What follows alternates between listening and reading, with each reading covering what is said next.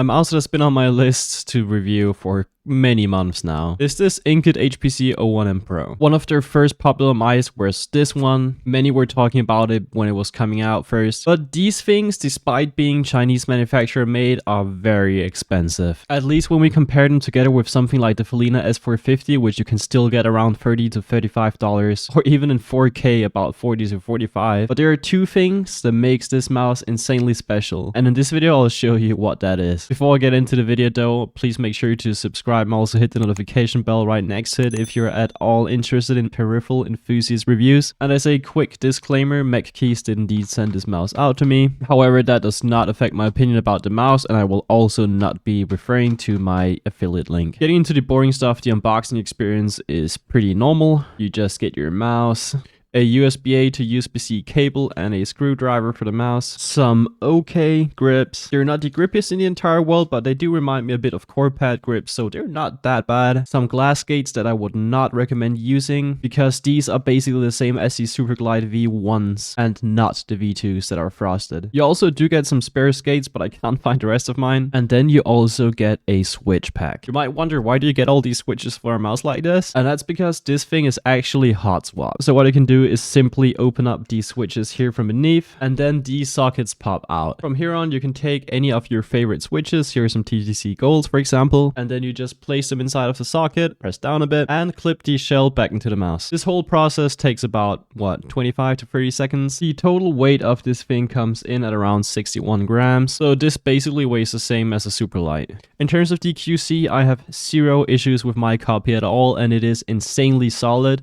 But it also better be at that weight. It really is unstoppable. I can squeeze this thing however I want, and it doesn't give or tweak or anything. In terms of the shape, this is a true GPX Superlight Mini. It is really just a downsized version, which actually just works very well. Time and time again, we've been looking or talking about these GPX Mini clones, but this is the first one to really pull it off. The main difference though is the front here with the clicks, since they do angle out a tiny bit towards the front, and they also have a bit more of some comfort grooves here. So in my personal opinion, the overall experience is just so much better than with a Superlight, and if you've been fiending for that small Superlight shape, this could definitely be for you. But with my 19x10 hands, I definitely get towards the front here with my aggressive claw grip. So there's not much room to play with, so I wouldn't really recommend this for anybody with 19x10 or larger if you play a relaxed claw especially. Because when I do that relaxed claw grip, I'm at the very end of the buttons and it's not really the best experience possible. But then again, take that with a grain of salt because everybody grips their mouse different. For fingertip grip, I can definitely recommend a shape like this. It also is rather similar to a HDS Plus, but then again, a HDS Plus is not a real GPX Mini. Whilst you can clearly see the shape differences between the HDS and the GPX Superlight from beneath, this INCOTT is a whole different story. The HDS Plus shape definitely has that more of a wider hump towards the rear that is very supportive of that aggressive claw grip, whilst this INCOTT mouse is definitely much more of a narrow hump that is way less restrictive and more maneuverable. When I grip my HDS Plus, I do have these two huge contact points, which is over here and here for my aggressive claw grip where I support it with the bottom of my palm, and on this GPX Mini type shape, it really is mainly just this one contact point here towards the rear because the hump is much more narrow. But yeah, it's a GPX Mini, that's about it. The coating is actually really good. I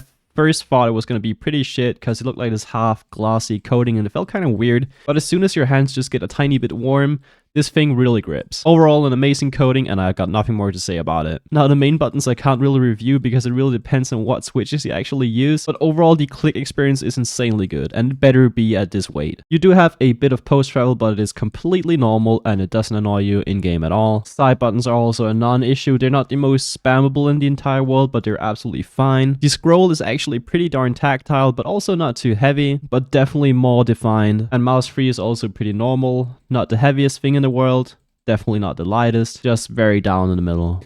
In terms of these skates, sadly, you'll have to use these or dots. I personally would definitely recommend you to stick with these stock skates, despite not being the best in the entire world. They're definitely a bit more on the slower side, but since this skate design is so insanely specific with these switches, you basically have to stick to them. You could put dots in these two ridges, but I don't know, it just kind of seems a bit sketch. In terms of the battery life, it wasn't that horrible for me, but that's mainly because I could only use this thing on 1K. I could easily get around 5 days or maybe even more with it. I don't know what it's like on high polling rate, and now you'll find out why. The mouse itself, despite actually supporting 4K, does not come with the dongle that is needed for a high polling rate on this thing. I'm really tired of it. Especially when you're buying a Pro model at a pretty steep price, it should definitely be included. Therefore, I also can't tell you anything about the high polling rate experience with this thing, so take that as you want. In terms of the software, it is insanely average. I will not even show it to you, but I will definitely link it to you down in the description because it is pretty hard to find. And since this thing is nothing special, we already arrived at the my opinion section of this video. My personal opinion about this thing is it is absolutely not worth its money. I personally really appreciate MechKeys for sending this one out because I constantly use this thing to test out different switches because it has this hot swap mechanism. I just got a ton of new Kale and Huano switches that I'm currently testing out, so having something that is so easily to swap out with is super neat, but that's really about it. The shape itself is freaking awesome and I love using it in game, but then again, at this price tag, I just can't justify it. Something like the Felina S450 is just much more worth its money. And if you want to know more about that thing, definitely go check out my video either up here in the corner or down the description below. Now, to the conclusion, who is this mouse for? If you're looking for that GPX mini shape and nothing has hit that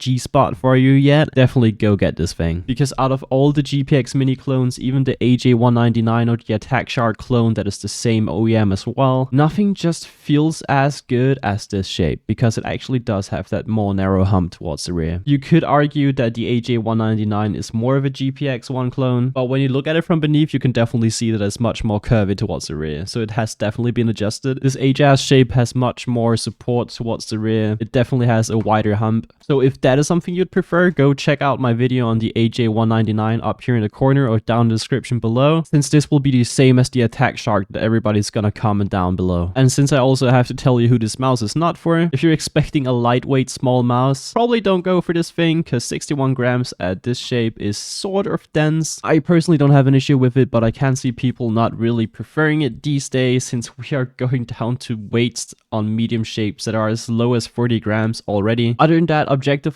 it's a really solid mouse. Just the pricing is really not the best on this thing. If you do catch it on sale though, it is worth checking out. But other than that, that's gonna be it for this video. I will probably be making more of these shorter videos for mice that just aren't that interesting or worth buying in my personal opinion, and that is why this one will seem pretty rushed. But if you want to see something more interesting with upcoming releases, just like the new Vaxi 4K mice for example, definitely go hit that sub button and the bell right next to it to be notified of any of my upcoming peripheral reviews, and I'll see you guys very soon. Peace out.